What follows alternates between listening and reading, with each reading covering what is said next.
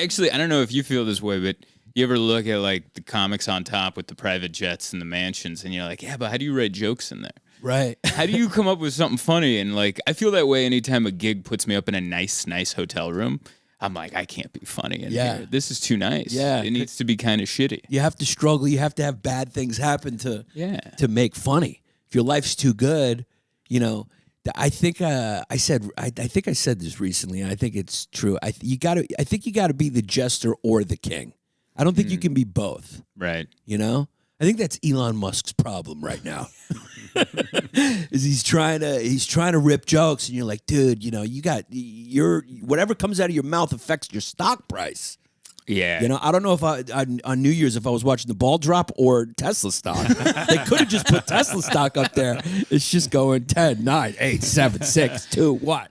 Elon learned, I think, a lesson with that Twitter buy, which is something my mom taught me, which was don't become the manager. You know, because before he bought Twitter, he was the cool employee that would just put out a tweet and argue with Bernie Sanders and send internet to the Ukraine. And everyone's like, this guy's awesome.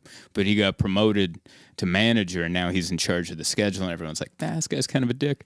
Was she thinking like owner or employee, but middle management is not, either own the company or be a regular employee, because the raise, she would always tell me, the raise bump that they give you to manage isn't worth the now headache that you're going to have. So either own the McDonald's or work the fries. But don't be in charge of the schedule, because the money's not worth the headache and everyone's going to hate you. Right. And I was like, that is so true. It is a good one. Yeah. You can't get those nuggets of truth from people who haven't struggled to make it. Yeah. You know? Those nuggets of truth come from people who have experience and who like immigrated and you just know that you're like, that rang true. You're like, you know what? She's right.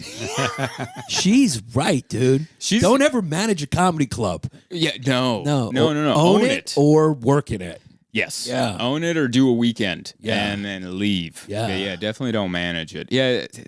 She always like looks at things. I feel like people that grow up working since they're a kid, like just have a really straightforward, just kind of way of thinking. Like we had a family friend that was a big conspiracy theorist, and he was talking about chemtrails, and my mom didn't understand. I was like, what is this chemtrails? And I was like trying to explain, thinking there's chemicals in the air that will go in the nose and keep us dumb and docile. And the rich people are putting it up there. My mom goes, the rich people aren't breathing this air? And I'm like, yeah, that is so true, but shut up right now, because it's Thanksgiving, and just let them rant right now, you know? She just went like this with just a gun of reality, just one bullet. You're like, oh, yeah. Yeah, she was probably thinking, oh, yeah, because did your relative grow up here or something, or is he from This was there? like a relative of like another family member, so it wasn't like someone we were directly related to, it was someone they brought to Thanksgiving. Right. And they just kind of took over the table. But American, though.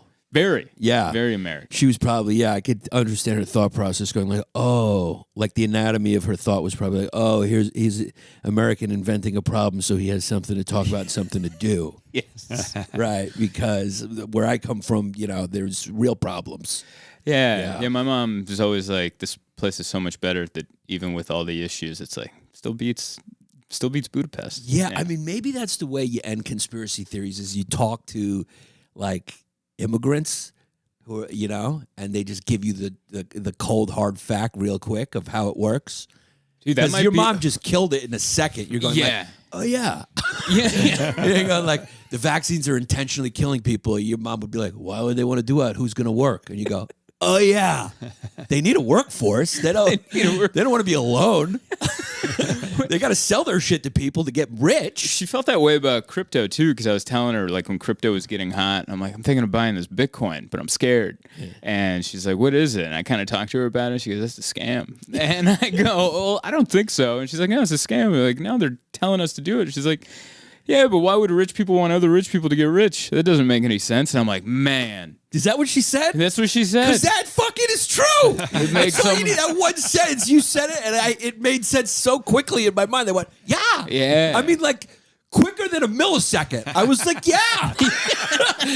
Dude, you know how many fucking people's houses could be saved if they just had one conversation with your mom? I know. They were able to just get on the fucking one Zoom call with your mom. They would be like, oh, yeah.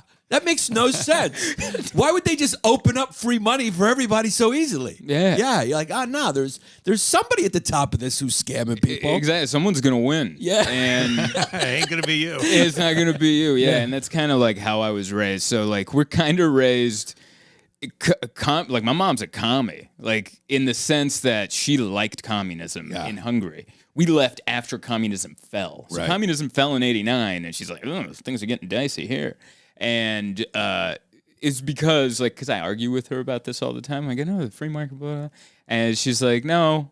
She's like, I had a job and I had food and the streets were safe. Yeah. So that's what communism was to her. Right. And I was like, yeah, but what about dreams? And she's like, yeah, I didn't really have any. Right. So it kind of lined up with me. And I was like, all right, that works for you. Right. But if I wanted to be a comedian in communist times in Hungary, I don't know if that would have worked out. Yeah. I had a girlfriend from East Germany when I was in college. She was an au pair and I met her here. And she told me about that. She grew up in communism. That was the same exact positive she gave it. Same? She was like, everyone had like the same car. It was like safe. And I was going, this sounds exactly like what someone would say from Bensonhurst, New York, when the mafia ran it. Those were the pros, you know? Yeah.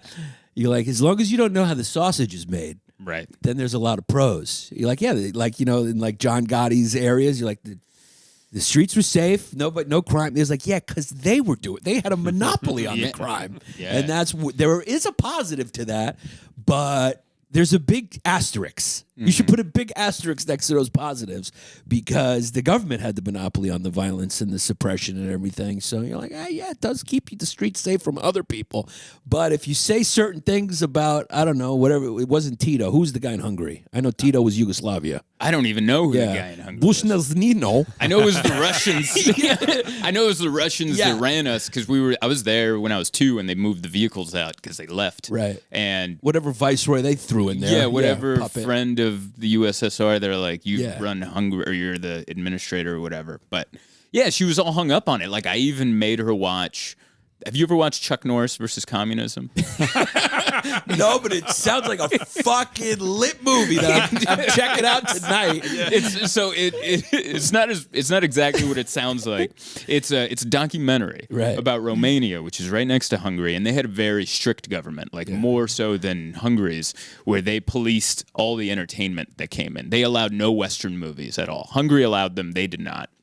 But there was like an illegal tape trading, like drug dealers, but they're trading movies, and each of these big apartment complexes, like one guy might own like a VCR, and he would have viewing parties, like where the entire building comes, and then they watch like these like Chuck Norris movies and Van Damme and whatever was hot in the 80s, Stallone, and like they said they interviewed all the people that would watch them, and they were just watching the grocery stores and like the background, like, oh look, everything's full, everything looks amazing, and it helped like lead the revolution against communism.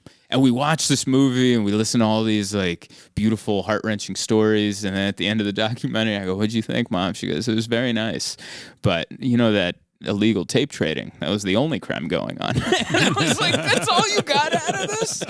It's a beautiful story. And she's like, well, it was fun. Yeah. Stockholm Syndrome is a real thing, I think. Yeah. You know, like we were talking about that when I lived in New York. In this apartment, I was considering raising a family here. And then it's all because all I knew. I grew up in New York, and then you see like a house, and you're like, oh, there's a better way. Yeah. So, but you know, there's something to be said the way communism gets you in the formative years. My mom was the same way. My mom was a human rights lawyer, and my mom like would always talk about communism and the beautiful idea of communism. And I've said it before, but she did it in Fendi shoes, and I would always look down and go, "Yeah." Okay, Mom. Yeah, she had like this massive shoe collection, like a Fendi pin on her suit. You know, I don't even know what that is, but it sounds expensive. Yeah, it's an expensive designer. Yeah, okay. So it's all relative. Yeah, I mean, you know, but it can work if, you know, if it can work if you brainwash everybody. You can't. Right. I understand why they didn't let Chuck Norris versus communism in. Which, by the way, I get whatever movie that was, which I'm going to check out. That is the most honest title. It's great. I've ever heard for those movies in the 80s. Yeah. Because those were propaganda movies. Oh, for sure. Make no mistake about it. Like Rambo Rambo was just like, there's no way the U.S. government wasn't like, hey, here's a couple dollars. Like, how many does he kill? Make it 300. Here's a couple dollars. There's a reason that happened. Like Rambo came out not that many years after Vietnam ended. Yeah. We need some like boost for like that makes so much sense. Those Cold War movies are hilarious. When you look at them retrospectively, I mean, fucking Rocky 3. Is that the one where he fights Drago? 4. No, 4. Yeah. I mean, at the end, in Russia, they just start chanting Rocky. Rocky, yes. And, dude, you feel it as a kid watching it. You feel the goosebumps, and you leave, and you're fucking America. If I can change, you can change. We can change. And you're like, that's a PBS ad. Like, that's what Rocky said that? Dude, no way in the former USSR that crowd would have started chanting Rocky. No. Even if they wanted to, they wouldn't have done it. No. But, yeah. They would have been taken away in hoods. Like, they would have just dragged them out. But it works, man.